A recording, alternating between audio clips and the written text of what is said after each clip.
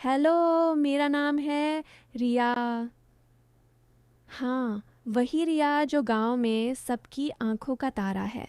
उम्र अभी बस 22 की हुई हूँ, लेकिन लगती थोड़ी ज़्यादा हूँ क्योंकि मेरी बॉडी थोड़ी जल्दी भर गई थी। कंधे तक बाल, गोरा रंग, और जो कमीज़ पहनती हूँ ना, वो थोड़ा टाइट हो जाता है आगे से। लोग बार बार देखते रहते हैं। मैं जानती हूँ वो क्या सोचते हैं, पर मैं मुस्कुरा के टाल देती हूँ। हमारे गांव में मैं अकेली पढ़ी लिखी लड़की हूँ जो शहर से बीए करके लौटी है, इसलिए सबकी नज़र मुझ पर ही रहती है। आज सुबह से मैं घर पर अकेली थी। मम्मी पापा खेत पर गए थे, भैया शहर नौकरी करने। मैं नहा के आई तो दुपट्टा भीग गया था, इसलिए उसे छत पर सुखाने चढ़ गई। छत पर हमारा पुराना कमरा है जहाँ पुरानी चीज़ें रखी रहती हैं।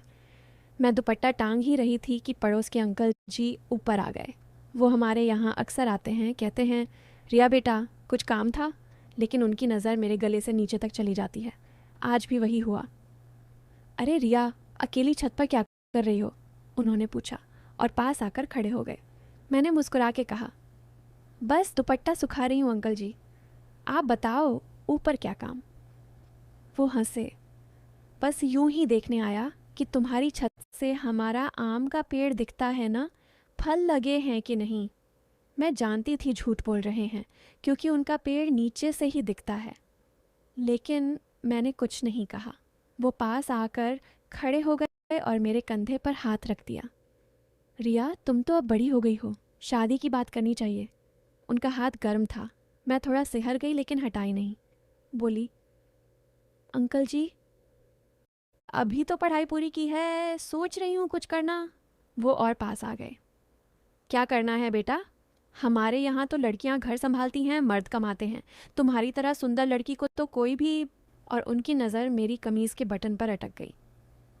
मैंने हंस के कहा, अंकल जी, आप भी ना, मुझे तो अभी कुछ करना है। वैसे भी मैं घर संभालने वाली नहीं हूँ। वो बोले, अच्छा, तो क्या करोगी? शहर में जाकर नौकरी? मैंने सिर हिलाया। हाँ, कुछ ऐसा ही। मैंने एक स्कूल में टीचर की जॉब के लिए अप्लाई किया है। वो थोड़ा चुप हो गए, फिर बोले, स्कूल में बच्चों को पढ़ाओगी? अरे वहाँ तो मास्टर लोग। और कुछ कहते कहते रुक गए। मैं समझ गई वो क्या कहना चाहते थे। गांव में अफवाह थी कि शहर के स्कूलों में मास्टर लोग नई नई टीचरों के साथ। खैर, मैंने टाल दिया। अंकल जी, आप चाय पीकर जाना, मैं नीचे बनाती हूँ। वो बोले, नहीं बेटा, अभी जाना है। लेकिन गए नहीं, मेरे साथ ही सीढ़ियों से उतरने लगे। सीढ़ियाँ संकरी हैं, इसलिए वो पीछे थे। मुझे लगा उनकी नज़र मेरे पीछे है, लेकिन मैंने मुड़कर नहीं देखा। नीचे आकर वो चले गए, लेकिन जाते जाते बोले, रिया, कभी कुछ चाहिए तो बुला लेना, मैं तो पड़ोस में ही हूँ। उनके जाने के बाद मैं सोच में पड़ गई। सच में, गाँव में रहकर क्या करूँगी? सबकी नज़रें, सबकी बातें। मैंने फ़ैसला किया कि आज ही शहर जाकर उस स्कूल में इंटरव्यू देने जाऊँगी। दोपहर में मैं तैयार होकर निकल पड़ी। बस स्टैंड तक पैदल जाना था। रास्ते में गुज्जर अंकल का लड़का राजू मिल गया। राजू मेरे साथ पढ़ता था, अब खेतों में काम करता है। वो बोला, रिया, कहाँ जा रही हो इतना सज धज के? मैंने कहा, शहर जा रही हूँ, कुछ काम है। वो पास आकर बोला, अकेली? चल मैं छोड़ आऊँ। मैंने मना किया, लेकिन वो जिद करने लगा। अरे यार, बस में भीड़ होती है, कोई छेड़खानी करेगा तो। मैं हंस पड़ी। राजू, तू भी ना, मैं संभाल लूँगी। वो बोला, संभाल लेगी? तेरी तरह सुंदर लड़की को कोई छोड़ेगा भला? और उसकी नज़र मेरी कमर पर चली गई। मैंने दुपट्टा ठीक किया और बोली, चल अब मुझे देर हो रही है। वो फिर भी साथ चला आया, बस स्टैंड तक। बस आई तो वो बोला, रिया, फ़ोन करना पहुँच के। मैं बस में बैठ गई। बस पुरानी थी, सीटें टूटी हुई। मेरे बगल में एक आदमी बैठ गया, उम्र करीब 40 की। बस चल पड़ी। रास्ते में झटके लग रहे थे, हर झटके में उस आदमी का कंधा मेरे कंधे से टकरा रहा था। मैंने दुपट्टा खींचकर खुद को कवर किया। वो बोला, बहन जी, खिड़की खोल दूं, गर्मी लग रही है। मैंने कहा, नहीं ठीक है। वो फिर चुप, लेकिन हर झटके में उसका हाथ मेरी जांघ पर आ जाता।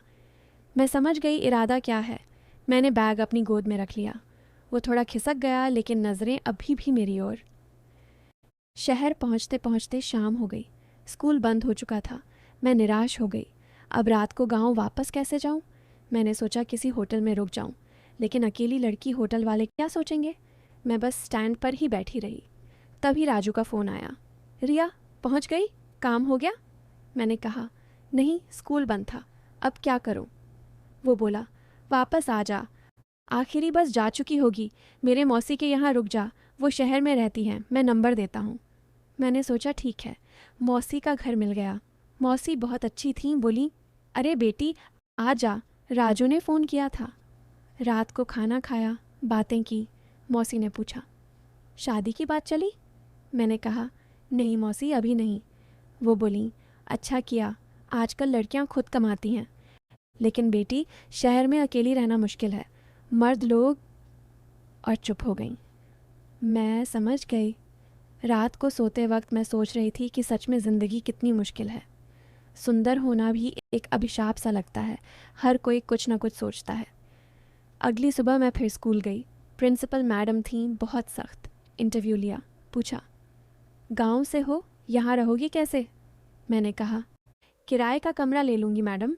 वो बोली अकेली लड़की के लिए मुश्किल है, वैसे भी हमारे यहाँ एक मास्टर साहब हैं, वो किराए पर कमरा देते हैं, बात कर लो। मैं थोड़ा सकपका गई। मास्टर साहब, किराए पर कमरा, लेकिन नौकरी चाहिए थी। मैंने कहा ठीक है मैडम। शाम को मास्टर साहब से मिली। नाम था शर्मा जी, उम्र 50 के करीब। बोले हाँ बेटी, ऊपरी मंजिल पर एक कमरा खाली है, किराया कम लूँगा। मैंने कमरा देखा, साफ सुथरा था। मैंने हाँ कर दी। धीरे धीरे दिन बीतने लगे। मैं स्कूल में पढ़ाने लगी। बच्चे मुझे बहुत पसंद करते थे। शर्मा जी बहुत अच्छे थे, कभी कुछ गलत नहीं बोले। चाय बनाकर देते, खाना पूछते। मैं हैरान थी कि सब मर्द एक जैसे नहीं होते। एक दिन स्कूल में वार्षिक समारोह था, मुझे डांस करना था। मैंने साड़ी पहनी। शर्मा जी घर पर थे। मैं तैयार होकर निकली तो वो देखते रह गए। बोले रिया तुम बहुत सुंदर लग रही हो। मैं शर्मा कर गई। समारोह में डांस किया, सब तालियां बजा रहे थे, लेकिन कुछ मास्टर लोग पीछे पीछे घूमने लगे। एक सर तो बोले रिया जी पार्टी में चलेंगी। मैंने मना कर दिया। घर लौटी तो शर्मा जी दरवाजे पर इंतज़ार कर रहे थे। बोले सुरक्षित पहुंच गई बेटी, मैं चिंता कर रहा था। मैंने कहा हाँ अंकल जी। फिर एक दिन ऐसा आया जब गांव से मम्मी का फ़ोन आया, पापा बीमार हैं, मुझे जाना पड़ा। गांव पहुंची तो अंकल जी फिर मिले। बोले रिया शहर में क्या कर रही हो, सुनने में आया है कि किसी मास्टर के यहाँ रहती हो। मैंने कहा हाँ किराए पर, वो बहुत अच्छे इंसान हैं। वो हंसे। अच्छे? मर्द कोई अच्छा नहीं होता बेटी। मैं चुप रही। पापा ठीक हो गए, मैं वापस शहर आई। धीरे धीरे मुझे समझ आने लगा कि ज़िंदगी में अच्छे लोग भी हैं। शर्मा जी ने कभी कुछ गलत नहीं किया, उल्टा मेरी मदद की। एक दिन बोले रिया तुम्हारी शादी की उम्र हो गई है, मैं एक अच्छा लड़का जानता हूँ। मैंने कहा अंकल जी आप। वो बोले हाँ, मेरा बेटा विदेश में है, बहुत अच्छा लड़का है, तुमसे मिलना चाहता है। मैं हंस पड़ी। आज मैं खुश हूँ, नौकरी है, सम्मान है, और सबसे बड़ी बात मुझे पता है कि दुनिया में अच्छे लोग भी हैं, जो नज़रें उठाकर नहीं दिल से देखते हैं। और तुम लोग जो कुछ और सोच रहे थे वो कभी हुआ ही नहीं। रियल स्टोरी है, और रियल स्टोरी में हीरोइन खुद अपनी कहानी लिखती है। बस।